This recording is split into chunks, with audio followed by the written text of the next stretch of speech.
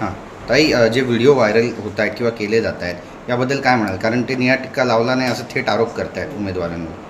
मला वाटतं दुसऱ्या उमेदवाराचे पण खूप सारे व्हिडिओ आहेत. जेव्हा ते चेंबूरमध्ये भारतरत्न डॉक्टर बाबासाहेब आंबेडकरांना अभिवादन करायला गेले होते तेव्हा तिथल्या लोकांनी सांगितलं की तुम्ही एक नाही 2 पार्टी तोडल्या, तुम्ही गद्दारी करून त्या ठिकाणी जे आहे ते सरकार निर्माण केलं, तुम्ही सरकार तिजोरीचा वापर जो आहे तो लोकांना खरेदी करण्यासाठी वापरताय.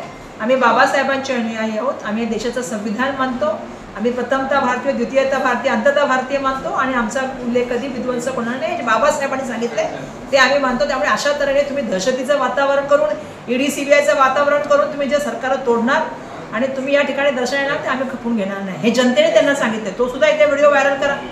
भारतातच नाही देशाच्या बाहेर पण त्यांचे व्हिडिओ आहेत ते सुद्धा व्हायरल व्हायला पाहिजेत आणि त्याच्यामध्ये मला असं सांगायचं आहे की त्यांच्याबद्दलचे खूप सारे व्हिडिओ आहेत.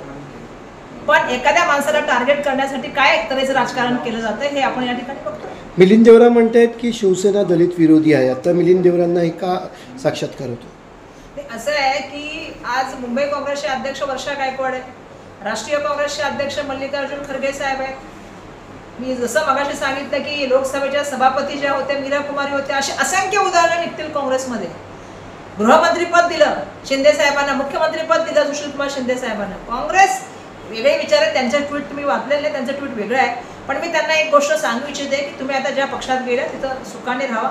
आता त्यांच्याबद्दल बोला की 15 लाख कुठे, महागाई बेरोजगारीचं काय झालं आणि 1 लाख करोड महानगरपालिकेची कुठे गायब झाली. एबीपी माझा, उघडा डोळे बघा नीट.